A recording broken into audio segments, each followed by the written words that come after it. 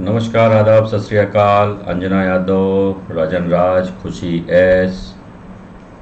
आ जाओ बच्चों, जल्दी जल्दी आ जाओ। जैसा कि आपको पता है कि आज हम लोग एक महान व्यक्तित्व को पढ़ने और समझने जा रहे हैं, जिनके बारे में चाहे उस समय के लोग हों, चाहे आज के लोग हों, सभी लोग यही कहते हैं कि एक अजीब ही व्यक्तित्व था। इनके जैसा व्यक्तित्व ना कभी हुआ है ना कभी होगा। तो आज हम लोग इसको प्रारंभ करेंगे और थोड़ा सा इस पर ध्यान देना कि जैसे मान लीजिए हम लोग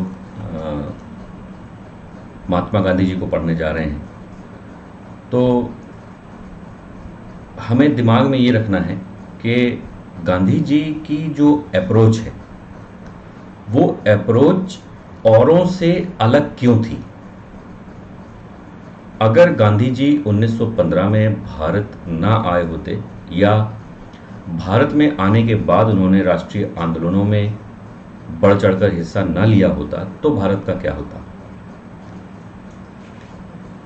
यूपीएससी की मुख्य परीक्षा में जीएस में, इतिहास में ये प्रश्न पूछा गया। 2019 या 18 में पूछा गया कि स्वतंत्रता के पूर्व 2-3 दशकों में अगर गांधी जी ना होते तो क्या होता।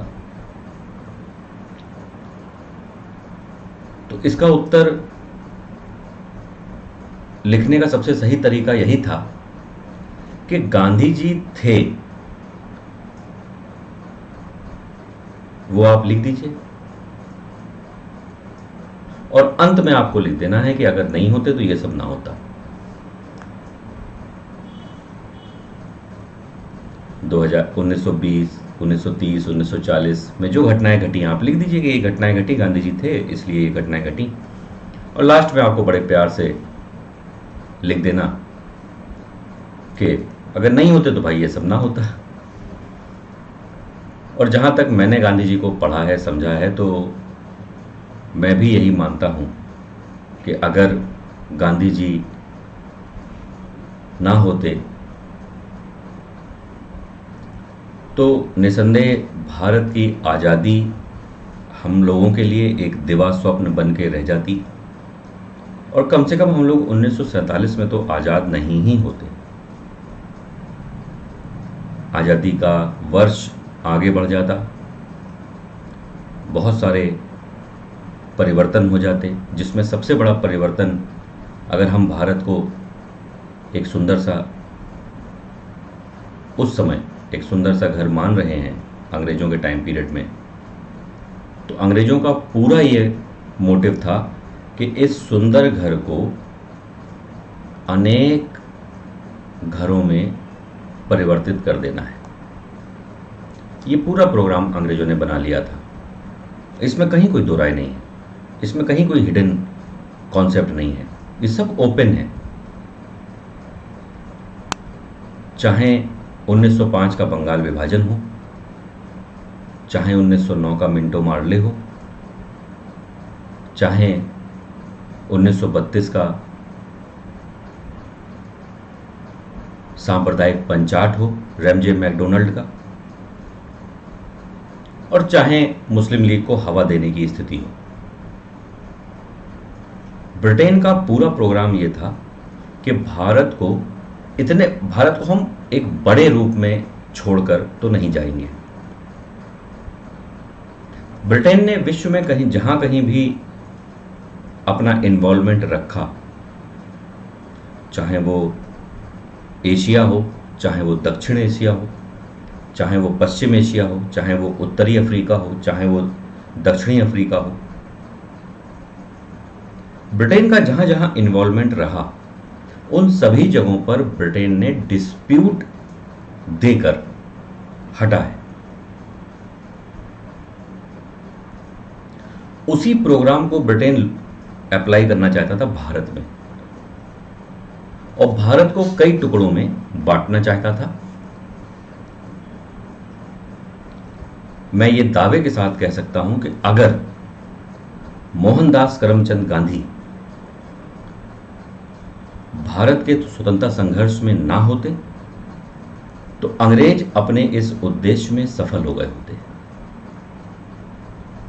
भारत कुछ नहीं तो कम से कम 10 भागों में तो टूटता और आज भारत अखंड भारत ना होके 10 छोटे छोटे देशों के रूप में बटा होता। ब्रिटेन बिल्कुल यूरोप की तरह भारत को डिवाइड करना चाहता था, क्योंकि एक समय में तो म्यांमार, बांग्लादेश, नेपाल, भूटान, भारत, वर्तमान भारत, पाकिस्तान, श्रीलंका, इन सभी एरिया पर ब्रिटेन का प्रभुत्व था। तो ये काम बड़ी आसानी से कर सकता था।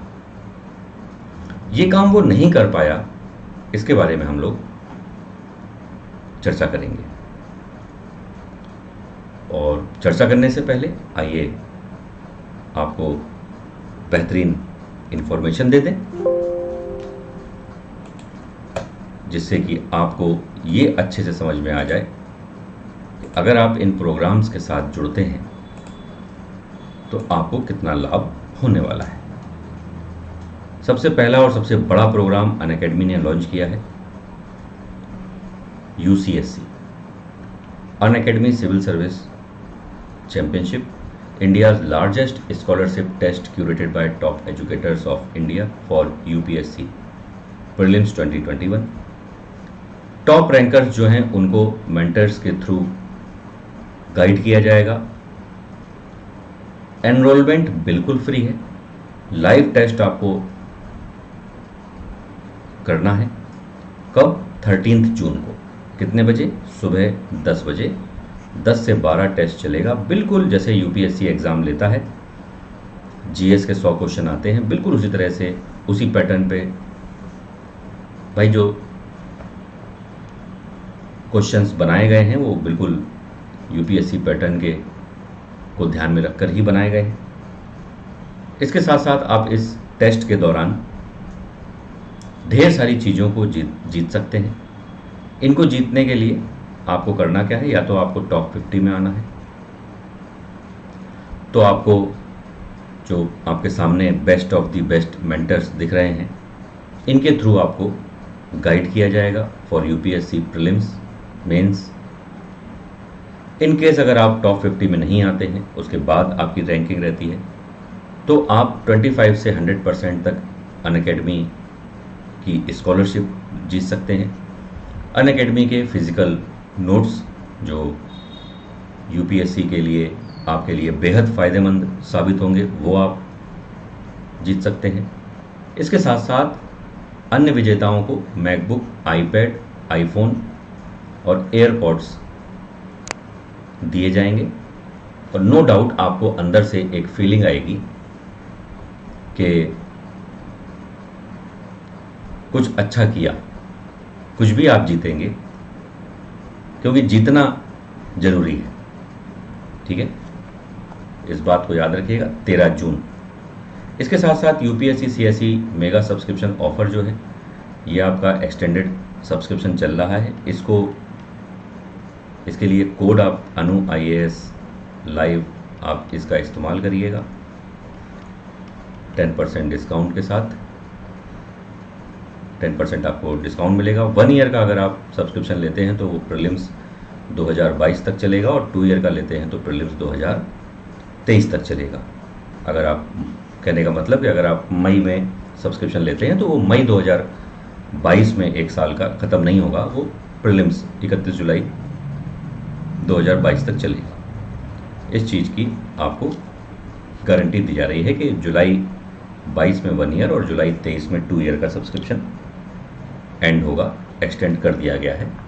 ऑफ़र कंटिन्यू है आपके लिए। अगर आप चाहते हैं अनअकैडमी के थ्रू आराम से पढ़ना, तो आप लोन फॉर यूपीएससी का लाभ उठा सकते हैं। इसमें आपको किसी तरह की कोई प्रोसेसिंग फ़ी नहीं देती हैं, कोई इंटरेस्ट रेट नहीं है, अप्रूवल केवल 2 घंटे में हो जाता है, no hidden charges, minimum paperwork है, फ्लेक्सिबल टेन्योर है। तो बड़ा ही आपके लिए बेनिफिट आपके लिए लेकर आया है अनअकैडमी, जिससे आपकी पढ़ाई जो है वो स्टॉप नहीं होगी। बहुत ही अच्छा प्रोग्राम है। हर प्रोग्राम का जो लिंक है, या अगर आपको एक्स्ट्रा जानकारी चाहिए तो डिस्क्रिप्शन में उसका लिंक पड़ा हुआ है। अनअकैडमी कॉम्बैट के बारे में तो आपको बहुत अच्छे से पता ही होगा। हर वीक कॉम्बैट होती है, इसमें कम्पीट क्रैक कॉन्कर का कॉन्सेप्ट आपका रहता है। इंडियाज़ बिगेस्ट स्कॉलरशिप टेस्ट है for UPSC aspirant. Free registration है, हिंदी इंग्लिश में क्वेश्चंस आते हैं, आप जो भी ऑप्ट करना चाहें। Take the combat live from Android app. आप इसमें 4 करोड़ तक के स्कॉलरशिप पूल प्राइज जीत सकते हैं। हर संडे को 11 AM पर ये होता है। एनरोलमेंट बिल्कुल फ्री है। बस एनरोल करने के लिए जो बिल्कुल नया बच्चा हो वो अनु IAS लाइव के थ्रू इसमें एनरोल कर ले। अगर आपकी रैंक 1 से 3 आती है तो आप प्लस सब्सक्रिप्शन GS का 1 ईयर का आपको प्रोवाइड किया जाता है। अगर आपकी रैंक 4 से 10 रहती है तो 75% स्कॉलरशिप, 11 से 50 में 50% और 51 से 500 में 25% की स्कॉलरशिप आपको प्रोवाइड की जाती है। 2 जून से बेहतरीन 2021-22-23 के लिए अनअकैडमी ने बैचेस लॉन्च किए हैं, जिसमें आप देख सकते हैं यहाँ पर फिनिक्स बैच है जो बहुत ही अच्छे से डिज़ाइन किया गया है प्रीलिम्स और मेंस को ध्यान में रखते हुए। और सबसे बड़ी बात कि ये बैच जो है वो बाइलिंगुअल भी चलेगा, इंग्लिश भी चलेगा और हिंदी भी चलेगा। तो आप जिस लैंग्वेज को प्रेफर करते हैं, हिंदी, इंग्लिश या बाइलिंगुअल, उसमें आप वीडियोस का आनंद उठा सकते हैं और अपने भविष्य को बेहतर बनाने के लिए, IAS का एग्ज़ाम बहुत अच्छे से देने के लिए इन बैचेस को फॉलो कर सकते हैं। इसी के साथ साथ जो 1 ईयर का बैच कोर्स है ये आपका 2 जून से स्टार्ट हो रहा है और इसमें आपका complete syllabus coverage for prelims और mains, live class top educators, NCERT and prelim test series आपको इसमें दी जाती है। ये भी आपके बाइलिंगुअल इंग्लिश और हिंदी में ये बैचेस आपके स्टार्ट हो रहे हैं। तो जितने भी ऑफर्स हैं उन ऑफर्स को ध्यान में रखकर आप इनको ऑप्ट कर सकते हैं। 2 साल की अगर हम बैचेस की बात करें तो 2 जून से ये भी स्टार्ट हो रहे हैं। ये भी आपके बाइलिंगुअल इंग्लिश और हिंदी में बैचेस हैं। इसमें भी आपको complete syllabus coverage for prelims का mains, live classes by top educators, NCERT and prelims test series. 1 year 2 year में डिफरेंस बस इतना है कि कोई बच्चा मान लीजिए पहले से काफ़ी कुछ पढ़ रखा है, बस उसे ब्रशिंग की ज़रूरत है तो वो 1 साल के लिए आ सकता है। जो थोड़ा बहुत बस केवल जानता है, NCERT बस थोड़ा सा छुआ है, तो वो 2 साल के बैच में आएगा तो उसको कंप्लीट पैकेज उसका तैयार हो जाएगा 2 साल। और तीसरा महत्वपूर्ण बैचेस जो हैं वो हैं NCERT बैचेस। अगर आपने NCERT नहीं पढ़ी है तो ये बैच आपके लिए best of the best batch है, क्योंकि बाइलिंगुअल और इंग्लिश में ये बैच है और बहुत अच्छे से इसमें आपको NCERT को समझाया जाता है, बल्कि हम तो कहेंगे कि ये इसमें NCERT को सिखाया जाता है कि कैसे आपको NCERT को समझना है ना, ये सिखाया जाता है। 2 जून से ये भी स्टार्ट है जो आपके फाउंडेशन के लिए best of the best batch है। अगर आप प्लस सब्सक्रिप्शन लेते हैं तो उसकी फ़ी डिटेल यहाँ पर दी गई है। आप केवल 2,500 रुपये यानी कि 2500 रुपये प्रति माह देकर 36 महीने तक, 36 मंथ तक अनअकैडमी का हिस्सा बने रह सकते हैं। ये एक आपके लिए बिग ऑफर है। और अगर आप आइकॉनिक का हिस्सा बनना चाहते हैं तो 4,271 पे करके आप पर मंथ इसका हिस्सा बनकर रह सकते हैं। और फुल फ़ी अगर आप पे करते हैं तो उसकी डिटेल भी यहाँ पर दी गई है, 36, 24, 12 मंथ्स की। और अगर आप मंथली पे करना चाहते हैं तो वो भी समझाया गया है। और UPSC CSE optional combo pack, जिसमें आपका GS के साथ साथ ऑप्शनल सब्जेक्ट भी कवर होता है, इस प्लान को पिक करिए, क्योंकि इसमें आपको 2806 पर मंथ आपको देना है ओनली। और आप GS के साथ साथ ऑप्शनल सब्जेक्ट की भी तैयारी साथ साथ कर सकते हैं। बहुत से बच्चे पूछते हैं सर ऑप्शनल कब से, है ना, तो मैं हमेशा यही बात कहता हूँ, जितने जल्दी हो सके उतना जल्दी ऑप्शनल को कवर कर लेना चाहिए। क्यों? क्योंकि आपका ऑप्शनल कुछ भी हो, यूपीएससी ऑप्शनल को लेकर बहुत ज़्यादा सीरियस रहता है और बहुत ही डेप्थ में जाके वो प्रश्नों को बनाता है। तो ये मत सोचिए कि आप ऑप्शनल 2-4 महीने में तैयार कर लेंगे, है ना। 2-4 महीने में तो जो बड़े ऑप्शनल हैं वो तो तैयार भी नहीं होंगे। हिस्ट्री है, ज्योग्राफी है, मान लीजिए फिजिक्स केमिस्ट्री है किसी बच्चे का, या कोई और एंथ्रोपोलॉजी या फिलॉसफी या इस टाइप के सब्जेक्ट लेते हैं, तो कोई भी सब्जेक्ट हो वो 4-5 महीने 6 महीने तो आपका लग ही जाता है ऑप्शनल को प्रिपेयर करने में, प्लस आपको उसे रिवाइज करना है, तो सब बहुत सारी चीज़ें हैं। तो मात्र 2806 पे करके आप जीएस और ऑप्शनल का हिस्सा बन सकते हैं। तो उम्मीद करते हैं जो भी आपको समझाया गया है आपको समझ में आ गया होगा। मैंने जो कुछ भी आपको समझाया है ये बस याद रखिएगा कि ये जो ऑफर्स हैं, अगर ये एक बार हाथ से निकल जाते हैं तो फिर देखिए थोड़ा सा समस्या हो जाएगी। अब कल को मान लीजिए फुल फीस का ही ऑप्शन आ जाए, है ना, या लोन फैसिलिटी मान लीजिए ना हो, तो फिर आप विचार करेंगे कि हमने उस समय क्यों नहीं ऑप्ट किया। तो देर करने से कुछ नहीं होगा, सिर्फ समय खराब होगा। तो जब जागो तब सवेरा, ठीक है, जल्दी से जाग जाइए और जुड़ जाइए। तो चलिए, जहाँ तक मैं कह रहा था, आते हैं मुद्दे पे। गांधी जी को समझने के लिए हम लोगों को कुछ फेजेस में डिस्कशन करना होगा। पहला फेज़ 1869 में जब वो पैदा हुए तब से लेकर अगर हम 1893 के आसपास तक की बात करें तो इस फेज़ में गांधी जी का पूरा बचपन बीता है, प्लस उनका जो एडवोकेट बनने का सपना था वो उन्होंने पूरा किया।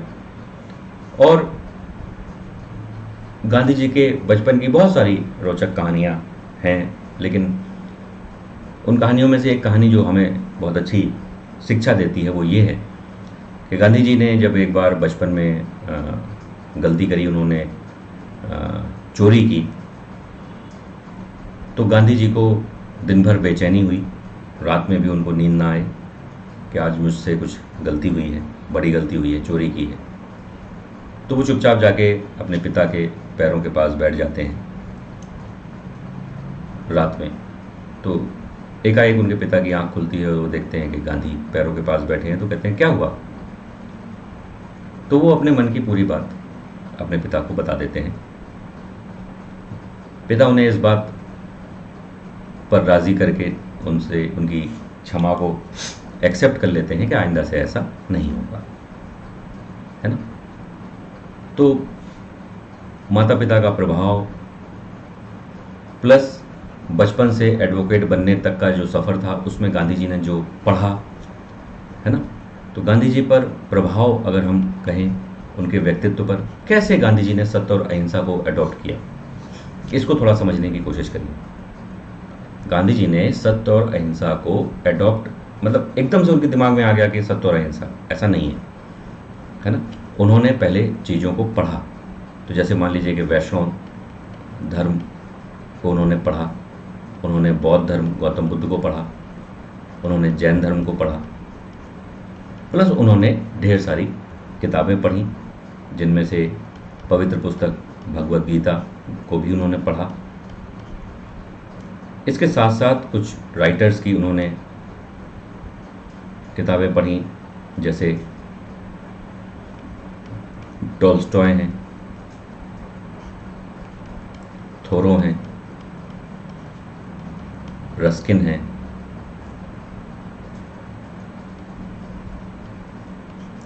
इनकी भी बुक्स उन्होंने पढ़ी। जैसे रस्किन की अनटू दिस लॉस्ट है, रस्किन की, वो उससे गांधी जी बहुत ज़्यादा प्रभावित हुए। उनकी सबसे प्रिय पुस्तक थी अनटू दिस लॉस्ट। इसके बाद टॉल्स्टॉय की जो उन्होंने गॉस्पेल इन ब्रीफ पढ़ी, उसको उन्होंने बड़े मन से पढ़ा और बहुत अच्छे से उसको समझने का प्रयास किया। इसके साथ साथ उन्हीं की व्हाट टू डू उन्होंने पढ़ी। तो किताबें उन्होंने बहुत सारी पढ़ी और बड़ी ही रोचकता से किताबों को पढ़ा और उससे उन्होंने एक मर्म निकाला कि बेसिकली अगर हमें फाइट करना है तो फाइट करने के लिए हमारे पास अस्त्र शस्त्र क्या हो सकते हैं। तो अगर अस्त्र शस्त्रों की बात करें तो गांधी जी ने जो ये पढ़ा है बच्चे, इन्हीं से उन अस्त्र शस्त्रों का विकास हुआ जिसको हम कहते हैं सत्य और अहिंसा। अच्छा, दूसरे फेज में अगर हम लोग देखें तो 1893 में गांधी जी एक गुजरात के व्यापारी थे, उनका नाम था दादा अब्दुल्ला। दादा अब्दुल्ला का मुकदमा लड़ने जब गांधी जी साउथ अफ्रीका गए तो उन्हें कुछ अजीब चीज़ें वहाँ पर देखने को मिली। वो अजीब चीज़ें क्या थीं? वो अजीब चीज़ें ये थीं, जब गांधी जी साउथ अफ्रीका में इधर उधर आ जा रहे थे तो वहाँ ब्रिटेन का शासन साउथ अफ्रीका में भी था। तो गांधी जी डरबन से प्रेटोरिया जा रहे थे। जब डरबन से प्रेटोरिया गांधी जी यात्रा के लिए ट्रेन में बैठे, तो जब ट्रेन में बैठे तो पीटर मारिट्सबर्ग, आपने सुना होगा, पीटर मारिट्सबर्ग के पास गांधी जी को ट्रेन से फेंका गया, ये कह के कि तुम काले हो। साउथ अफ्रीका में उस समय काले गोरे का बहुत ज़्यादा विरोध चल रहा था।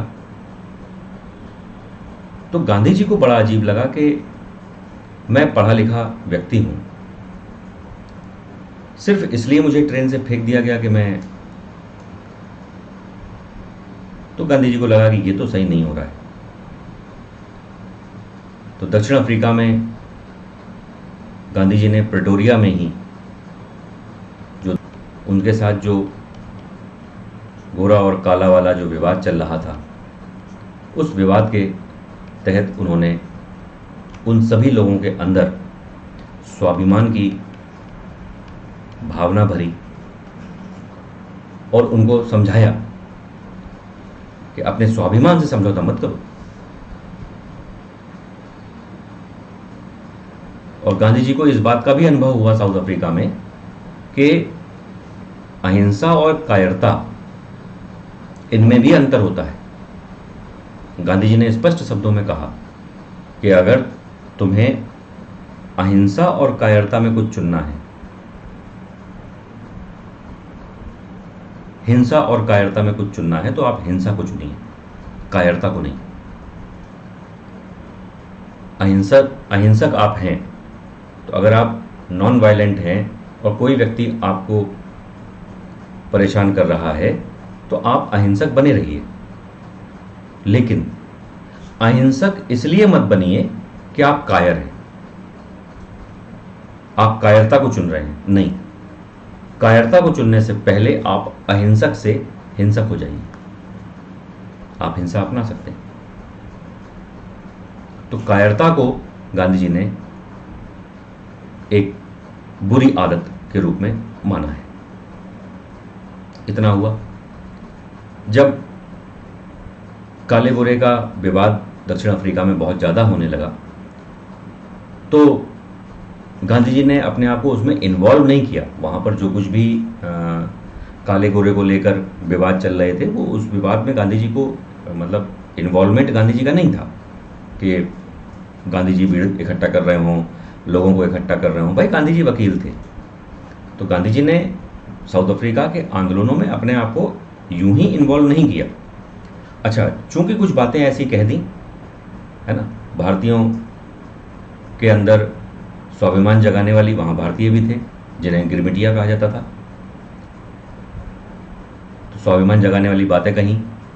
अच्छा, अच्छे वक्ता के रूप में गांधी जी फेमस हो गए, तो लोगों को लगा कि ये बंदा हमारे काम आ सकता है, तो इसलिए थोड़ा सा फेमस गांधी जी हो गए थे। तो हुआ क्या कि गांधी जी ने अपने सारे दादा अब्दुल्ला का मुकदमा वगैरह निपटाया और Gandhi ji back to India कि चलो अब भारत चलते हैं। तो 1894-95 के आसपास गांधी जी ने ये निर्णय ले लिया कि अब हम भारत लौट रहे हैं। तो जिस दिन उन्हें भारत लौटना था और उन्होंने सब कुछ अपना मैनेज कर लिया था, टिकट वगैरह सब कुछ, बैग पैक सब कुछ हो गया था, तो जिस दिन उन्हें लौटना था उसके ठीक एक दिन पहले शाम को कुछ लोग गांधी जी के पास आए और उन्होंने कहा कि भारतीयों के मताधिकार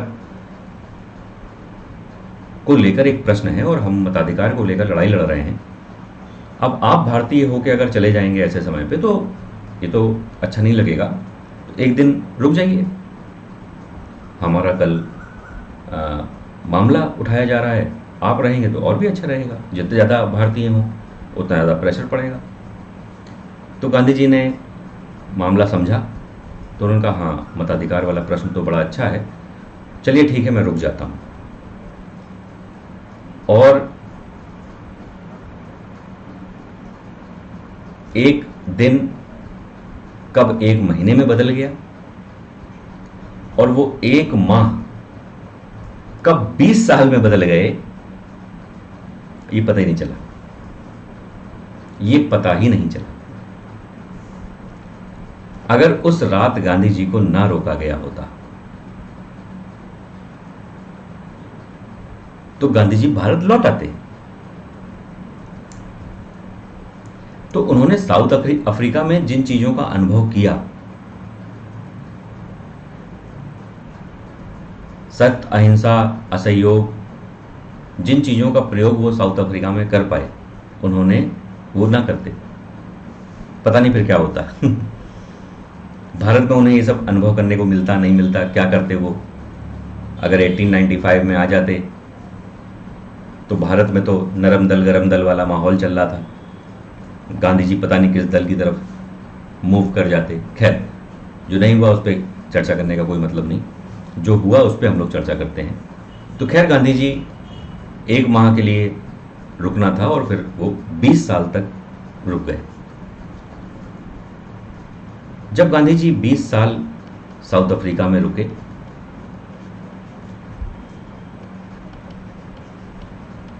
तो इस बीच गांधी जी इंडिया 2 बार आए, 2 बार भारत आए थे। पहली बार आए 1896 में, जैसे मान लो पत्नी बच्चों को लेने आना है ना, या मान लीजिए कोई ऐसा काम है, घर परिवार के मिलना है, तो इसलिए 2 बार गांधी जी आए थे, 1896 में और 1901 में। जब 1901 में गांधी जी भारत आए थे तो इन्होंने मतलब वो साउथ अफ्रीका में तो देख रहे थे कि वहाँ पर पॉलिटिकल कंडीशन क्या है, ब्रिटेन इंडियंस के साथ क्या कर रहा है, काले गोरे का जो भेद है वहाँ पर क्या हो रहा है। तो उन्होंने देखा कि भारत की जो पॉलिटिक्स है और जो साउथ अफ्रीका की पॉलिटिक्स है उनमें डिफरेंस क्या है। बहुत तेज दिमाग के थे गांधी जी। तो उसको समझने के लिए गांधी जी ने कहा कि चलो एक काम करते हैं कि भारत की नब्ज को अगर समझना है तो भारतीय राष्ट्रीय कांग्रेस में एंटर करना होगा। तो 1901 में गांधी जी कलकत्ता अधिवेशन में पार्टिसिपेट किए पहली बार। दिनसा वाचा जो हैं वो वहाँ पर अध्यक्ष थे उस अधिवेशन के, कलकत्ता अधिवेशन के 1901। तो गांधी जी ने देखा कि यहाँ पर ये माहौल है, एक नरम दल है, एक गरम दल है ना। कुछ कह रहे हैं कि स्वराज और कुछ कह रहे हैं कि उत्तेजनापूर्ण स्वराज शब्द का प्रयोग कर रहे हैं और कुछ नरम अंदाज में स्वराज शब्द का प्रयोग कर रहे हैं, और इस तरह से भारत की राजनीति चल रही है। तो कलकत्ता अधिवेशन के बाद फिर से साउथ अफ्रीका लौट जाते हैं। तो 1894 से लेके 1915 के बीच में गांधी जी जब साउथ अफ्रीका में थे तो उन्होंने कुछ इम्पोर्टेंट काम किए, जैसे फॉर एग्जांपल 1894 में उन्होंने नटाल भारतीय कांग्रेस की स्थापना करी।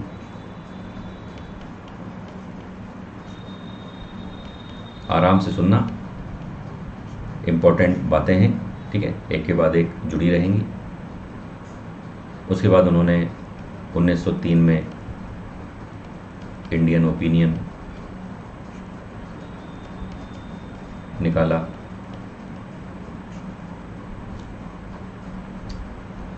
अखबार था। 1904 में उन्होंने फिनिक्स आश्रम स्थापित किया। 1906 में उन्होंने अवज्ञा आंदोलन चलाया, डिसोबीडियंस मूवमेंट। और मोस्ट इम्पॉर्टेंट 1908 में गांधी जी को पहली बार जेल हुई। गांधी जी को पहली बार जेल का अनुभव साउथ अफ्रीका में ही हुआ था। इसके बाद 1909 में उन्होंने हिंद स्वराज निकाला।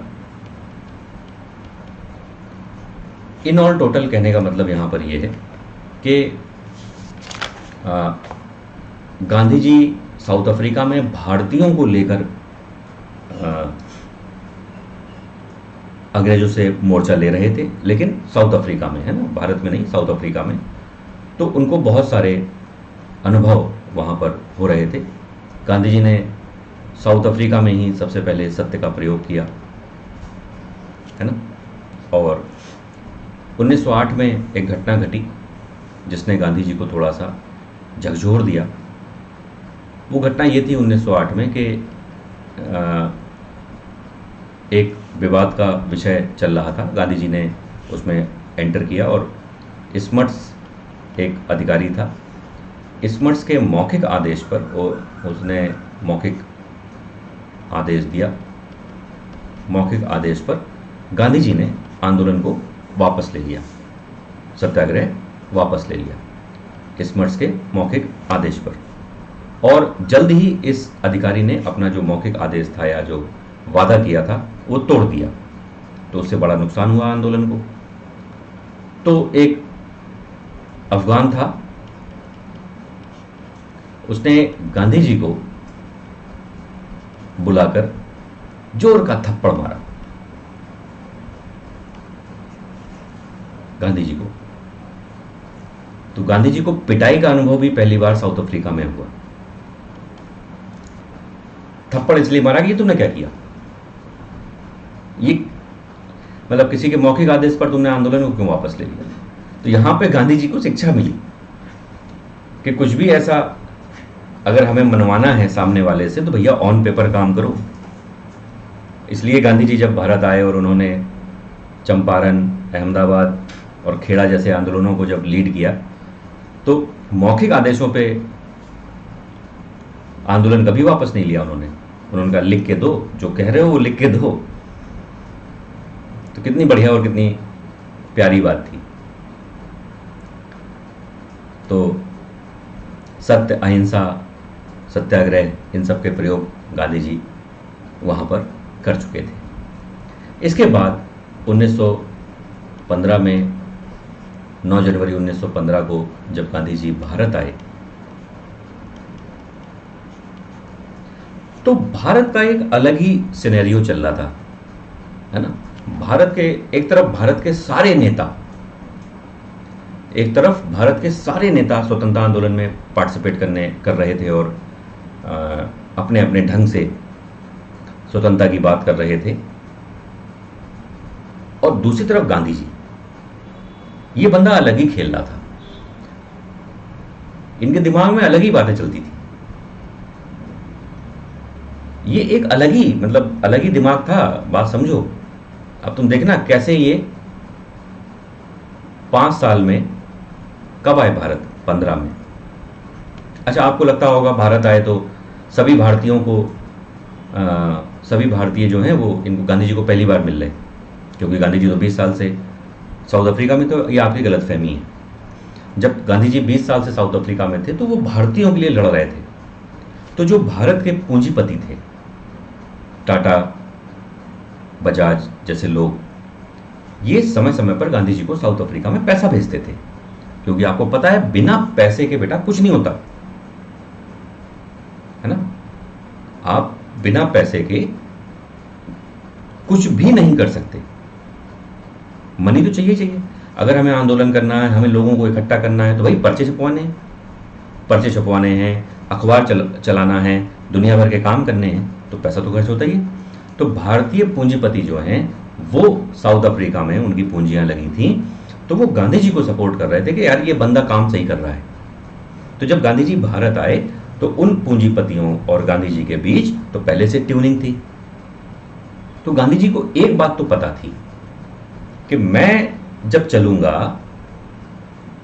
तो मुझे बैकअप में मनी है, पैसा है बैकअप में, अगर मैं कोई चीज स्टार्ट करूंगा। आप देखिए 1915 में भारत भूमि पर पैर रखने वाला व्यक्ति 1920 में यह घोषित हो जाता है कि भारतीय राष्ट्रीय कांग्रेस जो 30 सालों से चल रही है, भारतीय राष्ट्रीय कांग्रेस 1915 तक, और 1920 में 5 साल मिला लें तो 35 साल उम्र वाली भारतीय राष्ट्रीय कांग्रेस का गांधी जी को सर्वमान्य नेता बना दिया जाता है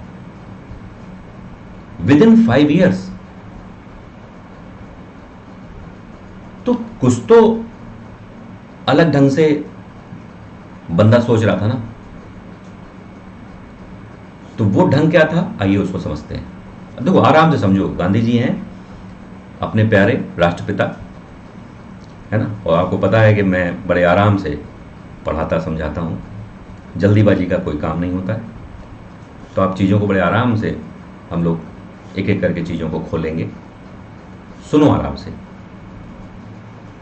तो जब 1915 में गांधी जी आए तो हम लोग को पता है कि 1914 से 18 तक क्या हो रहा था, फर्स्ट वर्ल्ड वॉर। तो गांधी जी को यहां ये लगा कि चलो एक गेम खेलते हैं, टिट फॉर टैट, जैसे को तैसा। तो मैं अगर अंग्रेजों के साथ अच्छा करूंगा तो अंग्रेज मेरे साथ अच्छा करेंगे। मतलब गांधी जी को मालूम था कि द्विधारी तलवार है, ये ऐसी तलवार है कि इसमें दोनों तरफ धार है ना, मतलब चोट भी लग सकती है मुझे भी और अंग्रेजों को भी।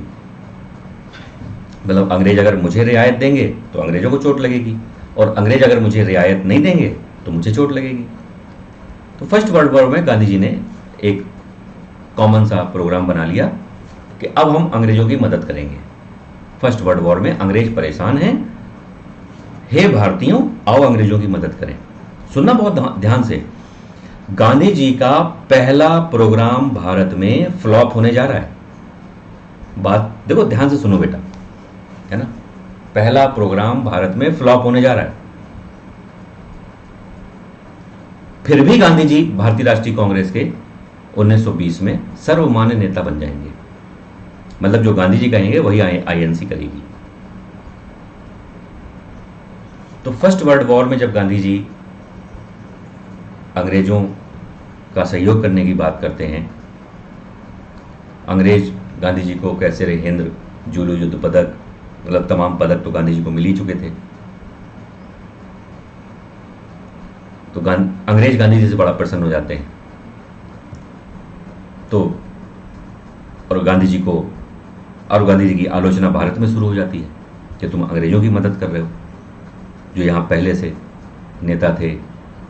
तो वो कहते थे हम तो 30 साल से अंग्रेजों को जान रहे हैं, जब से राष्ट्रीय राजनीति में हम लोगों ने अंग्रेजों से डिमांड करने की बात करी है, अंग्रेज कोई डिमांड पूरी नहीं करते हैं, बहुत बदमाश है, बहुत शैतान है।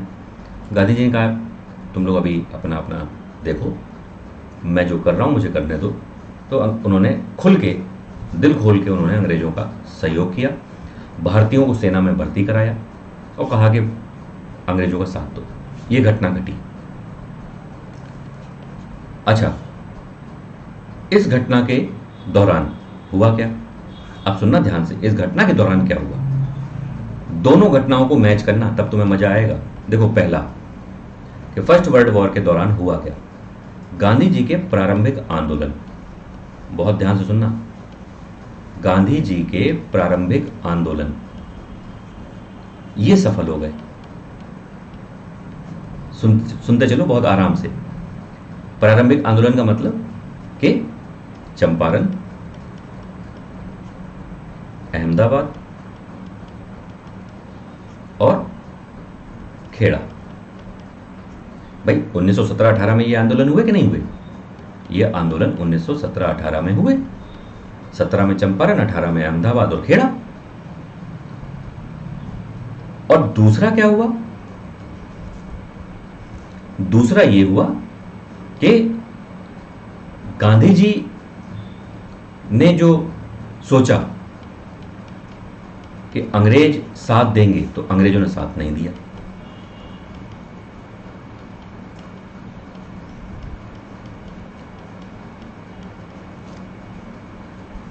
फर्स्ट वर्ल्ड वॉर के बाद अंग्रेजों ने गांधी जी के साथ सहयोग नहीं किया। क्यों? क्योंकि गांधी जी के प्रारंभिक आंदोलन सफल हो गए थे। अगर अंग्रेज गांधी जी को थोड़ा सा बूस्ट कर देते तो अंग्रेजों को यह पता था कि ये चंपारण में फेमस हो गया है, ये अहमदाबाद में फेमस हो गया है, ये खेड़ा में फेमस हो गया है। अगर इसको हमने थोड़ा सा भी सपोर्ट कर दिया तो ये ऑल इंडिया लेवल पे फेमस होने में से बहुत देर नहीं लगेगी, और ऐसा ना हो कि ये एक बड़े नेता के रूप में उभरे। और सबसे बड़ी बात कि अंग्रेज गांधी जी के बारे में इसलिए नहीं, मतलब गांधी जी भारत में हैं इसलिए थोड़ी वो गांधी जी के बारे में जान रहे हैं।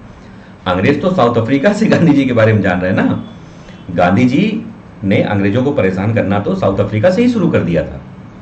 तो गांधी जी की जो खबरें हैं वो यूके, जब गांधी जी साउथ अफ्रीका में थे तब भी खबरें यूके पहुंचती थी, जब गांधी जी भारत आ गए तब भी खबरें यूके पहुंचने लगी।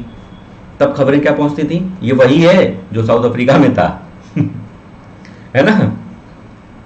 यूके वाले भी कहते थे ये तुम लोग बार बार गांधी गांधी नाम ले रहे हो इंडिया में, ये कौन गांधी है? कहीं वही गांधी साउथ अफ्रीका वाला। Oh that Gandhi, that man was too much fast.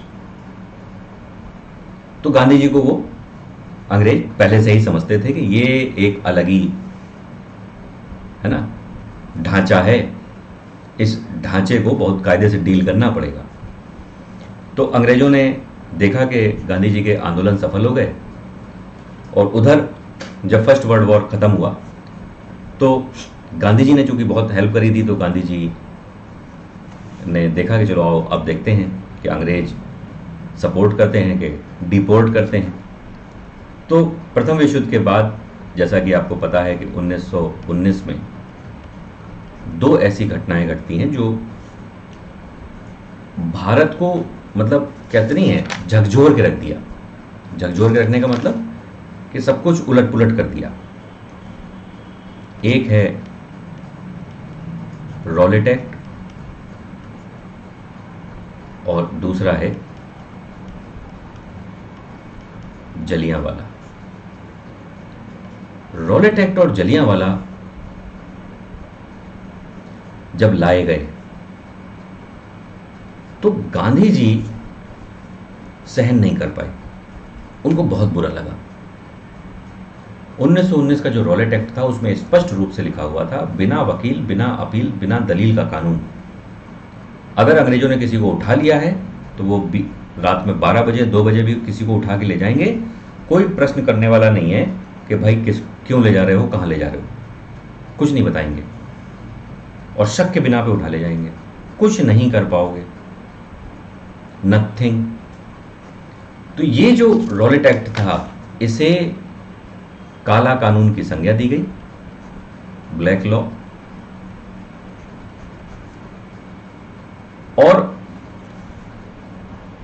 इस काले कानून को पढ़ने के बाद मिस्टर गांधी ने कहा कि मेरा ये पक्का विश्वास है कि हमें कष्ट सहकर ही आजादी मिलेगी। रॉलेट एक्ट को पढ़ने के बाद गांधी जी ने क्या स्टेटमेंट दिया? गांधी जी ने कहा कि कष्ट सहकर ही हमें आजादी मिलेगी, अंग्रेजों द्वारा टपकाए गए सुधारों से नहीं। ये बात समझ रहे हो? गांधी जी ने यहां दो इशारे किए। पहला इशारा कि हमें कष्ट सहना होगा,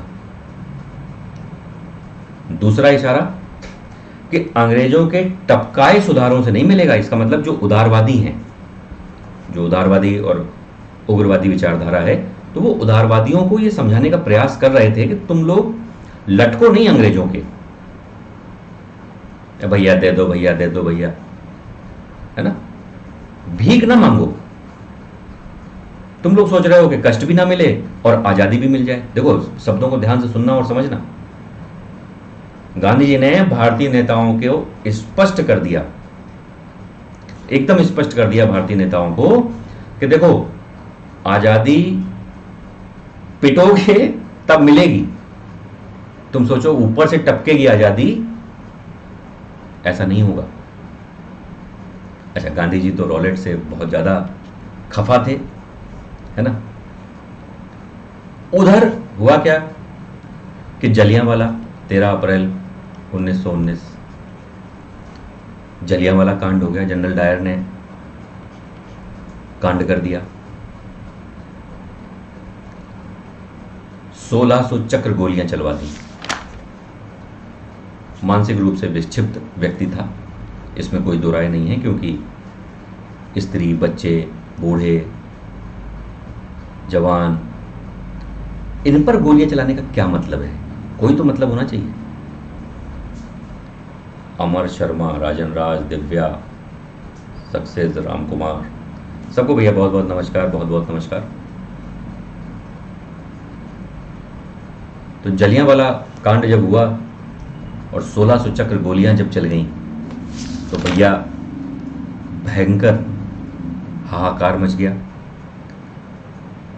और गांधी जी ने स्पष्ट कहा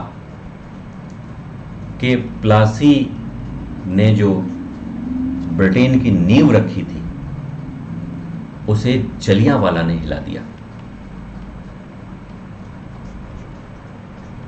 प्लासी और जलियांवाला को कोरिलेट किया था गांधी जी ने। रविन्द्रनाथ टैगोर ने, आपको पता है, नाइटहुड की उपाधि त्याग दी। बहुत सारे नेताओं ने जलियांवाला की आलोचना करी और एक हंटर कमेटी बनाई गई। हंटर कमेटी का गठन कर दिया गया। उसमें लीपापोती शुरू हो गई, है ना। इसमें पहले अंग्रेजों ने अपनी रिपोर्ट्स दी, फिर भारतीयों ने हंटर कमीशन बनाया मदन मोहन मालवीय के नेतृत्व में। उसमें एक रिपोर्ट आई, तो भारतीय रिपोर्ट ने कहा कि 1000 लोग मरे, अंग्रेजी रिपोर्ट ने कहा कि 379 लोग मरे।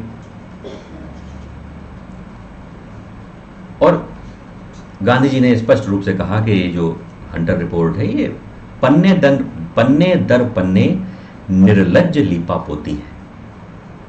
मतलब अंग्रेजों को शर्म नहीं आ रही कि जनरल डायर को सजा दें, ऐसी सजा दें जो अन्य अधिकारियों के लिए एक मिसाल हो। तो जनरल डायर के साथ क्या हुआ? उसकी केवल नौकरी छीनी गई। और जब जनरल डायर इंग्लैंड गया तो उसे शोर्ड ऑफ ऑनर दिया गया। वहां पर मॉर्निंग पोस्ट अखबार था, उसने जनरल डायर का प्रचार प्रसार किया, तो यूके की जनता से पैसा इकट्ठा करवाया इस बात को लेकर के जनरल डायर की नौकरी चली गई। जनरल डायर के लिए डोनेट करो पैसा। तो ये सब हुआ जनरल डायर के साथ। और गांधी जी तो स्पष्ट रूप से ये कहना चाह रहे थे कि कुछ तो ऐसा करो जिससे ये एक मैसेज जाए। कुछ नहीं हुआ। 1919 तक गांधी जी समझ चुके थे कि अंग्रेजों के साथ सहयोग करना बेकार है, अंग्रेजों पर विश्वास करना बेकार है, कष्ट हमें सहना है, हम कष्ट सहकर ही आजादी को पाएंगे। तो 1919 के बाद गांधी जी ने, चूंकि गांधी जी के जो राजनीतिक गुरु थे गोखले, उनके कहने पर गांधी जी ने भारत भ्रमण किया। गोखले ने ही गांधी जी को सिखाया था कि कभी भी आंदोलन करना हो तो पहले भारत भ्रमण कर लेना, फिर आंदोलन शुरू करना, क्योंकि उससे भारत की नब्ज तुम पकड़ लोगे कि इस समय भारत की जनता आंदोलन के लिए तैयार है कि नहीं।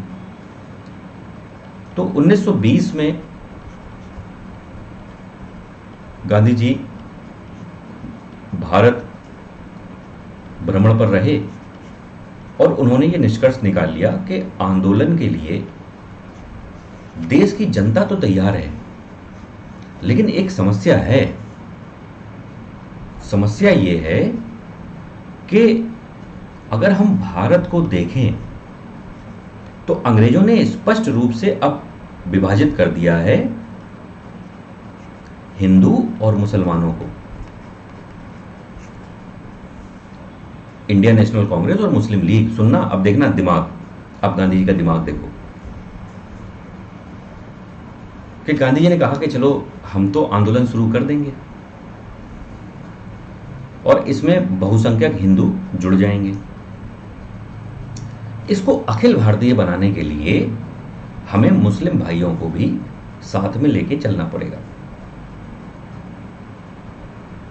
तो गांधी जी को लग रहा था कि कैसे।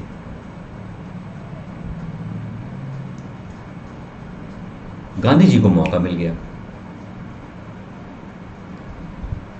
1919-20 में, जब 1919-20 में जब गांधी जी रीड कर रहे थे फर्स्ट वर्ल्ड वॉर को, तो उन्होंने देखा कि एक संधि हो गई है तुर्की और ब्रिटेन के बीच, और ब्रिटेन ने तुर्की में डेमोक्रेटिक वैल्यूज को थोप दिया है ना, प्रेशराइज करके खलीफा को गद्दी से हटा दिया है। तो गांधी ने कहा हाँ ये ठीक है, ये ठीक है, बस पिक्चर क्लियर हो गई। गांधी जी ने कहा शुरू करो असहयोग, शुरू करो, टाइम आ गया असहयोग का, नॉन कॉपरेशन मूवमेंट, क्या शुरू करो। तो असहयोग आंदोलन में गांधी जी ने भीड़ इकट्ठा करना शुरू कर दिया। अच्छा, इस आंदोलन में गांधी जी चाहते थे कि जो महिला हैं वो भी बढ़ चढ़कर हिस्सा लें। तो उन्होंने कहा कि महिलाएं जो हैं वो शराब की जो दुकानें हैं उस पर धरना प्रदर्शन कर सकती हैं। मतलब शराब को एक इशू बना दिया गांधी जी ने। तो जब शराब को इशू बना दिया तो महिलाएं बड़ी प्रसन्न, अरे भैया गांधी तो हमारे लिए देवता हो गए,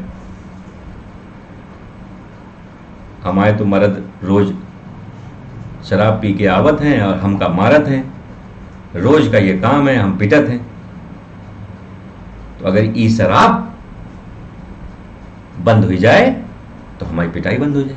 तो महिलाओं को लगा कि भैया ये तो गांधी जी बहुत ही बढ़िया काम कर रहे हैं। तो इससे देखो क्या क्या हुआ, इससे हिंदू आंदोलन में शामिल हो गया।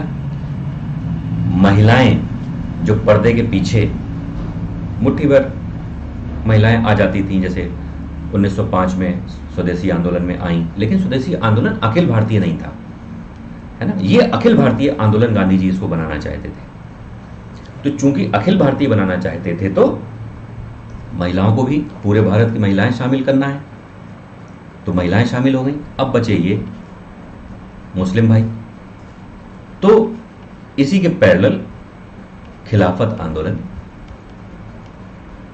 शुरू, खिलाफत शुरू अंग्रेजों की टर्की के मुद्दे पे। तो उन्होंने कहा कि खलीफा को हटा दिया, अच्छा इतनी हिम्मत ब्रिटेन के। तो तुर्की के जो मुस्लिम भाई थे उन्होंने विद्रोह शुरू किया। तो पूरे विश्व में जहां जहां मुस्लिम थे उन्होंने अंग्रेजों के खिलाफ विद्रोह करना शुरू कर दिया। तो भारत में भी विद्रोह शुरू हुआ। उस विद्रोह का नाम है खिलाफत आंदोलन। तो मौलाना मोहम्मद अली, शौकत अली, मौलाना आज़ाद, अजमल खां, हसरत मोहानी, सबके नेतृत्व में खिलाफत कमेटी बना दी गई। आंदोलन, तो देखो गांधी जी को खिलाफत मूवमेंट से उतना लगाव नहीं था जितना उन्हें इस बात से लगाव था कि मुझे असहयोग को अखिल भारतीय आंदोलन बनाना है। ये पॉइंट समझ में आया कि नहीं आया? दिल पे हाथ रख के लाइक जरूर करना। जो पॉइंट तुम्हारे दिल को छुए उस बात को लेकर वीडियो को लाइक जरूर करना, शेयर जरूर करना, है ना। अगर नए हो तो चैनल को सब्सक्राइब जरूर करना। बहुत ही बेहतरीन डेली दसियों वीडियो आपको बेहतरीन मिलते हैं अनअकैडमी यूपीएससी आर्टिकुलेट पर। ध्यान से सुनो बातों को। अब तुम्हें समझ में आया असहयोग का मर्म, कि असहयोग क्या था। दिल पे हाथ रख के बोलो, समझ में आया कि असहयोग आंदोलन गांधी जी इसलिए करना चाहते थे Akhil Bharatiya all India level पे, कि वो सबसे पहले तो उनका टारगेट था कि ऑल इंडिया लेवल पर एक बड़ा मूवमेंट स्टार्ट किया जाए। अंग्रेज मुट्ठी भर झेल नहीं पाएंगे, गांधी जी जानते थे। He was too much smart, Gandhi ji, है ना, टू मच स्मार्ट। अच्छा, 1900 तो उन्होंने ऑल इंडिया आंदोलन स्टार्ट किया। वो समझ गए अंग्रेज डर जाएंगे, है ना। मुट्ठी भर अंग्रेज, पूरे भारत की भीड़ जब अंग्रेजों से डिमांड करेगी तो ये कांप जाएंगे, और डोमिनियन स्टेटस तो यूं मिलेगा, क्योंकि इस समय गांधी जी के स्वराज का मतलब डोमिनियन स्टेटस ही था। उसका पीछे रीजन ये था कि गांधी जी को यह विश्वास था कि अभी हम इतनी मैच्योरिटी हमारे अंदर नहीं आई है कि हम लोकसभा, विधानसभा, राज्यसभा और विधान परिषद और ये सब जो पॉलिटिकल सिस्टम है इसको हम अडॉप्ट कर सकें और बहुत अच्छे से एक स्वतंत्र देश के रूप में हम रन कर सकें। तो उन्होंने आंदोलन को स्टार्ट कर दिया। अब जैसे ही भाई साहब आंदोलन ने रफ्तार पकड़ी, भाई साहब दिमाग खराब, लोगों का दिमाग खराब, कहीं ये हो क्या रहा है, ये हो क्या रहा है ना। अच्छा, गांधी जी भी कम नहीं,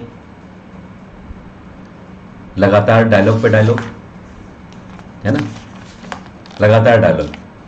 कहें कि तुम लोग चिंता ना करो,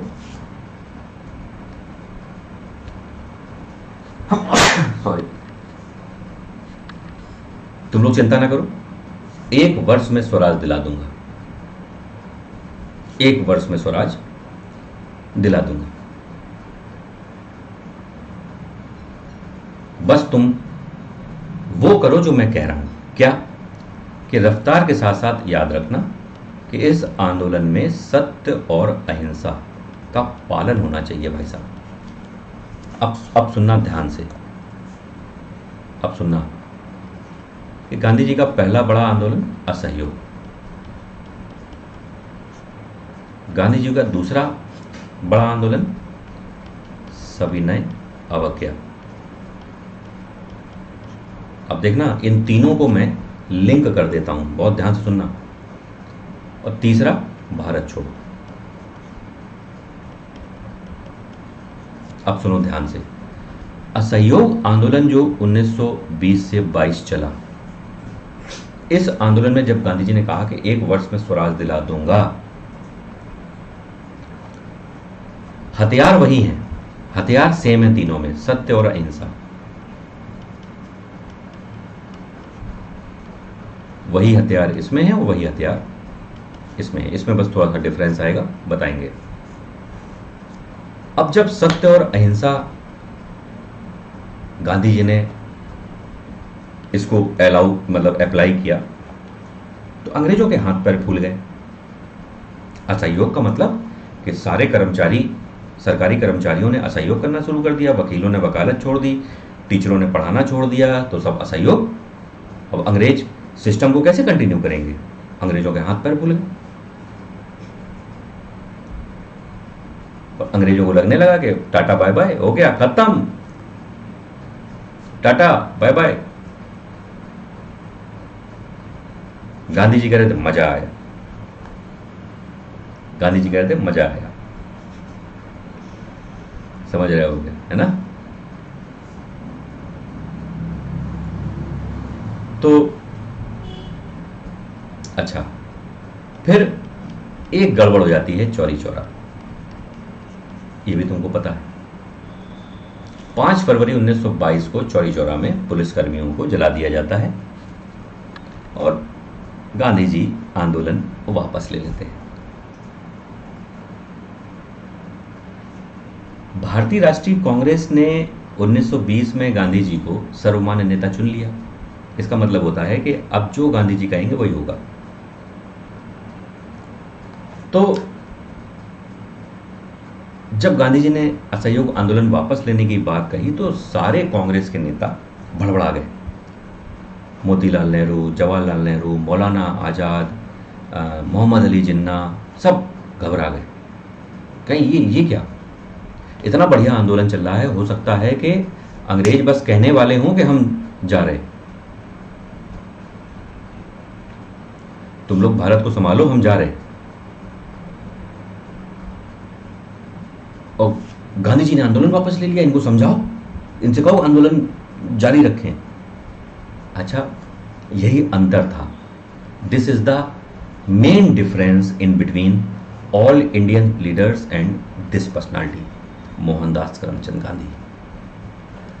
अब सुनना ध्यान से कि चौरी चौरा की हिंसा आंदोलन कंटिन्यू अगर गांधी जी कर देते तो सुनना बहुत ध्यान से, गांधी जी अगर चौरी चौरा के बाद भी मूवमेंट को कंटिन्यू रखते, इट मींस कि वो हिंसा को एक्सेप्ट कर रहे हैं। बात समझो कि Gandhi was accepting violence, it means कि Gandhi is violent. Shot dead any time. अगर गांधी जी पर यह मोहर लग जाती कि वो हिंसक हैं, उनकी अहिंसा के पीछे हिंसा छुपी है, अगर ये बात 1922 में अंग्रेज इस बात को प्रूव कर ले जाते, तो गांधी जी को कहीं भी कभी भी अगर मान लो गोली मार दी जाती या उनकी मृत्यु हो जाती, तो उनकी सारी वैल्यूज जीरो हो जाती, उनकी इंपॉर्टेंस उसी समय खत्म हो जाती जब वो चौरी चौरा की हिंसा को एक्सेप्ट कर लेते। खत्म, टाटा बाय बाय, सत्य और अहिंसा। तो ये फर्जी साबित हो जाता। Gandhi ji was a mature personality in 1922, 69 born, 45 years के थे जब भारत लौटे, 52 इयर्स के हैं 1922 में। तो Gandhi ji was very much mature personality during non cooperation movement. तो गांधी जी ने हिंसा को एक्सेप्ट नहीं किया। अच्छा, ये बात कांग्रेस के नेताओं को समझ में ना आए। अब चूंकि गांधी जी सर्वमान्य नेता थे, सब बताएंगे बेटा आने तो दो, राज कोहली, अभिषेक सिंह,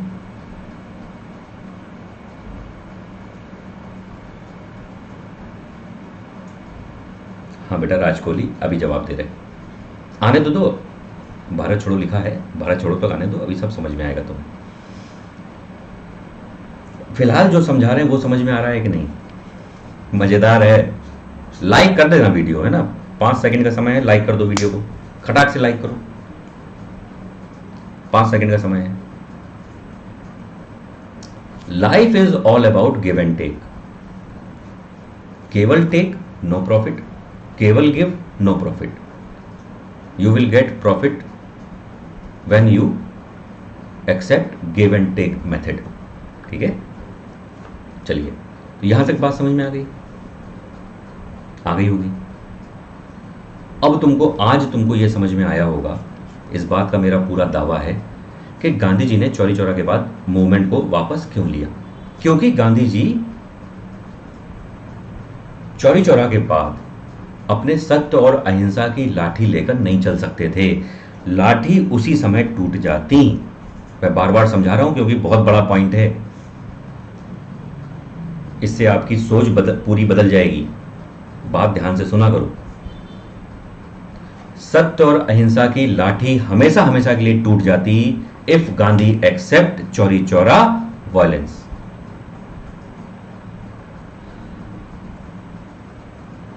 आगे बढ़ें।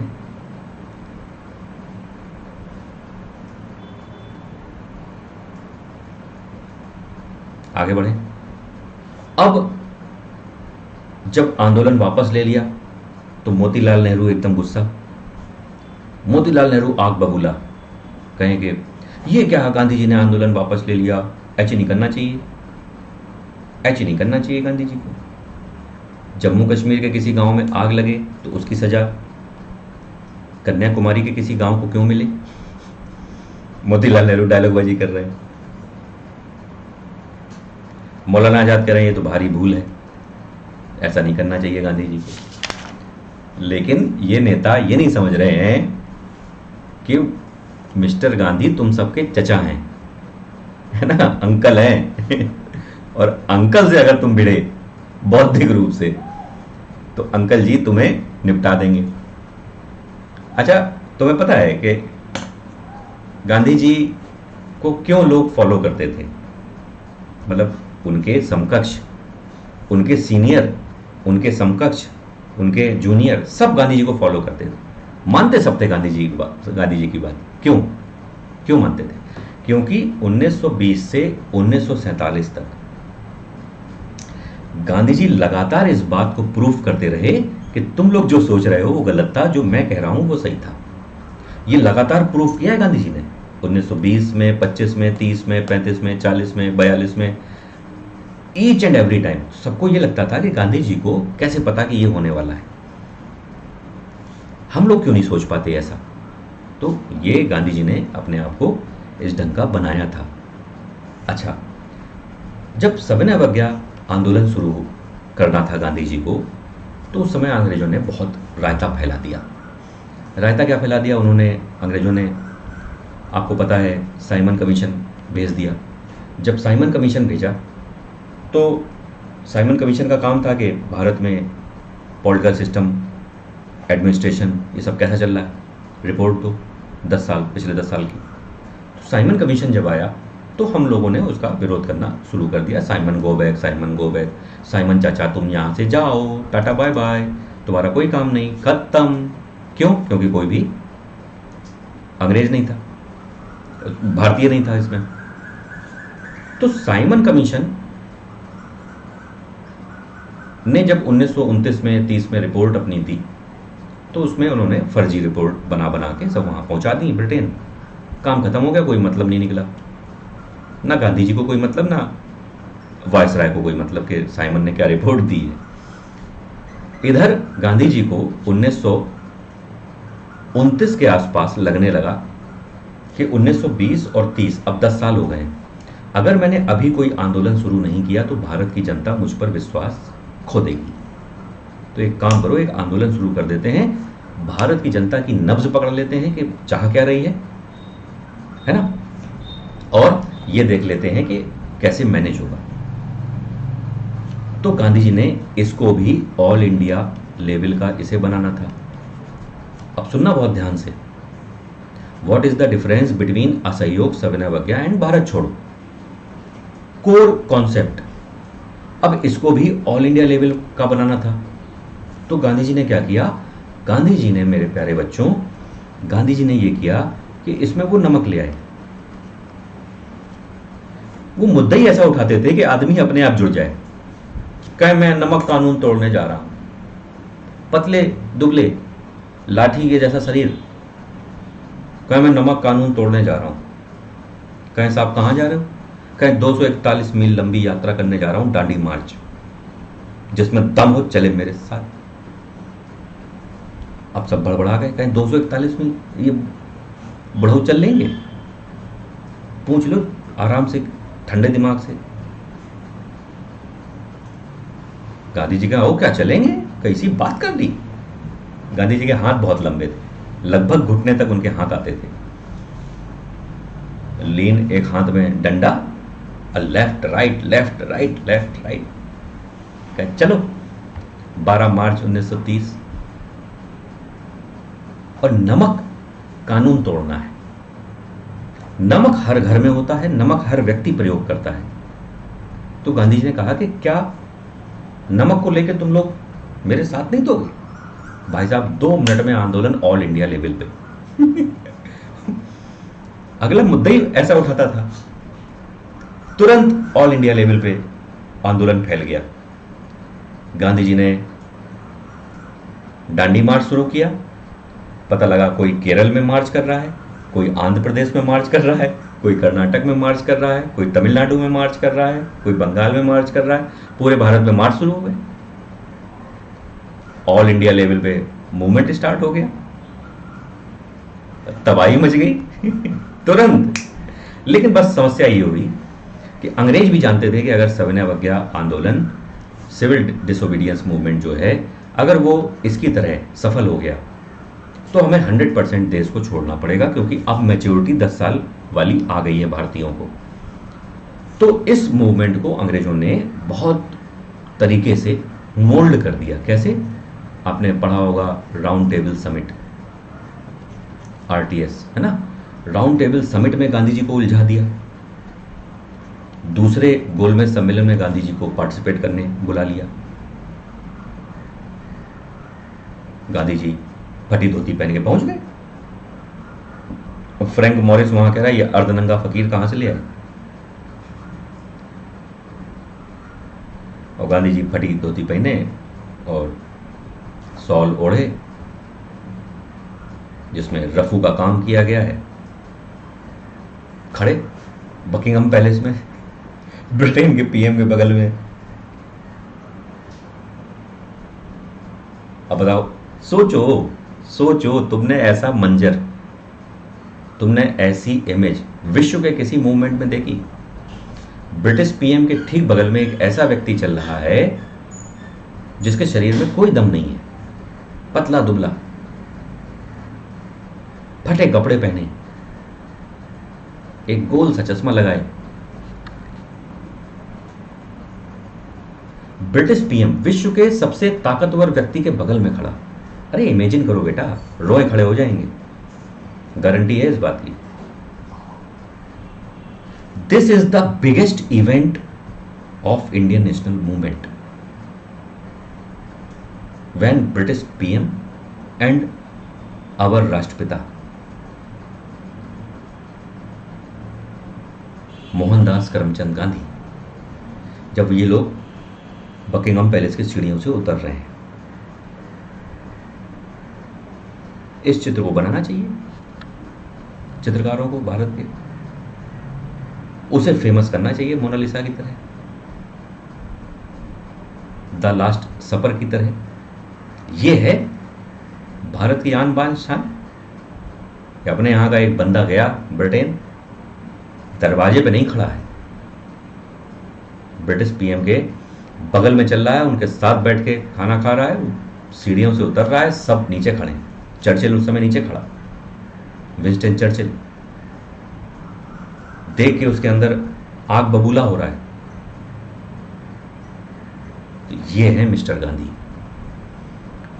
ऐसे सीन, गांधी जी जैसे सीन तुम्हें कहीं नहीं देखने को मिलेंगे। गांधी जी ने जो किया वो one of the best movement ever lead by any personality of this world, present world.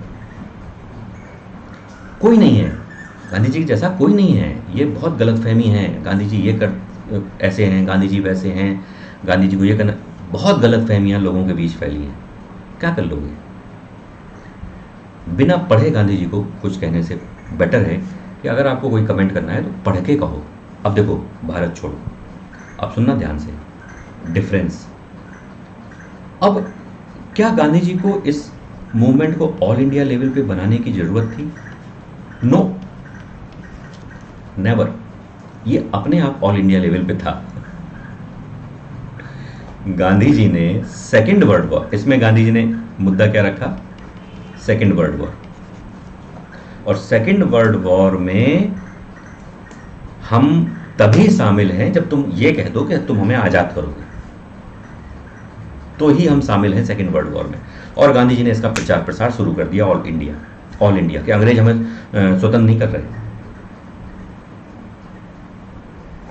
लोगों के मन में एक धारणा बैठा दी कि अंग्रेज हमें फ्री नहीं कर रहे। तो कहें क्या करें सर? कहें आंदोलन, भारत छोड़ो, अगस्त प्रस्ताव, ग्वालियर टैंक मैदान, आओ आंदोलन शुरू करें। तो क्विट इंडिया मूवमेंट जब स्टार्ट हुआ तो गांधी जी ने भारत की जनता के मन मस्तिष्क पर ऐसी छाप छोड़ दी थी कि गांधी जी को कुछ नहीं करना था, केवल स्टार्ट। तो क्विट इंडिया मूवमेंट जब गांधी जी ने स्टार्ट किया तो उसके पहले गांधी जी ने कहा कि आज मैं तुमको एक ऐसा मंत्र देने जा रहा हूं जिसे तुम अपनी हर सांस में लेना। इस मंत्र को डू और डाई, डू और डाई, करो या मरो, सीधी बात। जब अंग्रेज सुनने को तैयार नहीं, 1942 में भी अंग्रेज, अच्छा उस समय तो चर्चिल ब्रिटेन का पीएम, तो वो तो और चाह रहा, वो तो कह रहा कि जब हम संपूर्ण विश्व को पराजित कर रहे हैं, 1942 में कह रहा, तो ऐसे समय में हम एक कमबख्त बुढ़े से कैसे हार सकते हैं। कमबख्त बुढ़ा मतलब गांधी जी गांधी जी को उल्टा सीधा बोल रहा है चर्चिल। इधर गांधी जी ने डू और डाई का नारा दिया, क्योंकि गांधी जी जानते थे कि जैसे ही मूवमेंट स्टार्ट होगा सबको जेल में डाल दिया जाएगा।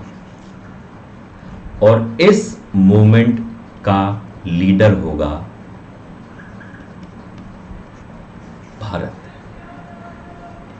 भारत की जनता। गांधी जी ने कहा हम लोग को जो करना था कर चुके,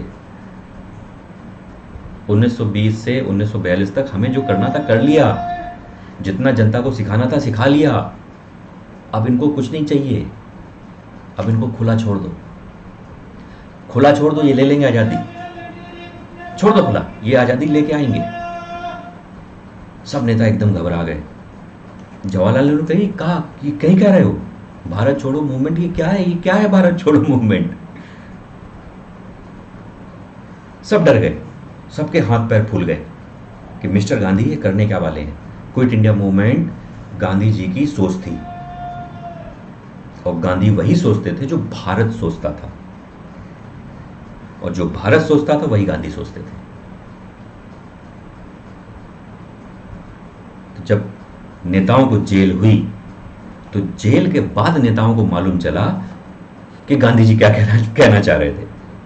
उनको तो हर बात बाद में मालूम चलती थी ना गांधी जी की, एट प्रेजेंट वो नहीं समझ पाते थे कि गांधी जी कहना क्या चाह रहे हैं।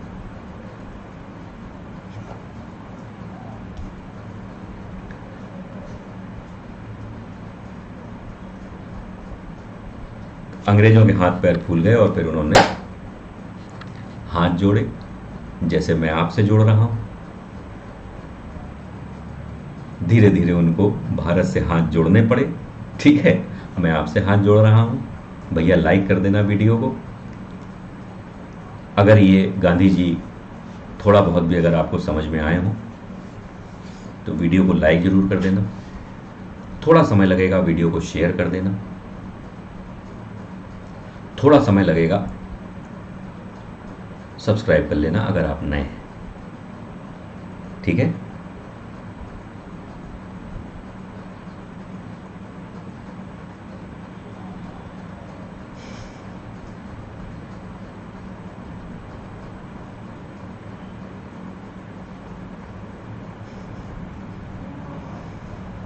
Okay okay Raj Kohli, okay okay Abhishek, Raj Kohli, very good very good, शाबाश। हाँ, सब बच्चों को समझ में आया, मजा आया।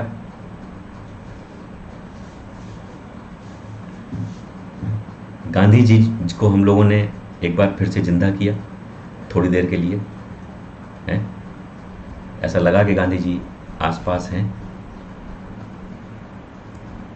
है ना? काश हम लोग ऐसे टाइम पे होते जब गांधी जी थे, है ना?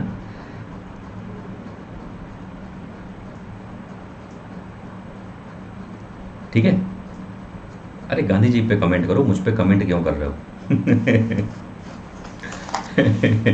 गांधी जी समझ पे आए कि नहीं आए? ठीक है, चलिए, बहुत बहुत धन्यवाद सभी प्यारे बच्चों का। इतने तसल्ली से आप बच्चों ने वीडियो को सुना और 5 बजे की जो क्लास है वो कंटिन्यू है। कल हम लोग जून की जो पर्सनालिटीज़ हैं, कल एकदम नई पर्सनालिटी आपके सामने आएगी। और कल जो पर्सनालिटी आएगी आपके लिए बहुत कुछ, वो भी आप उसमें भी आपको बहुत सारी रोचक कहानियाँ और स्टोरी और भारत के कॉन्सिक्वेंसेस आफ्टर इंडिपेंडेंस वाले वो देखने को मिलेंगे। कल एक जो पर्सनालिटी आ रही है वो इंडिया आफ्टर इंडिपेंडेंस वाली है। So don't forget to come at 5 PM daily for personality class, है ना। वैसे तो आप 24 घंटे में कभी भी यूपीएससी आर्टिकुलेट में आ सकते हैं, लगातार वीडियो चलते रहते हैं, है ना। चलिए, बहुत बहुत धन्यवाद।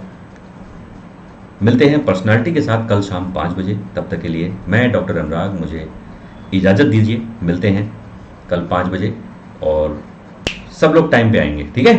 चलिए, bye bye. Long live India, long live Gandhi.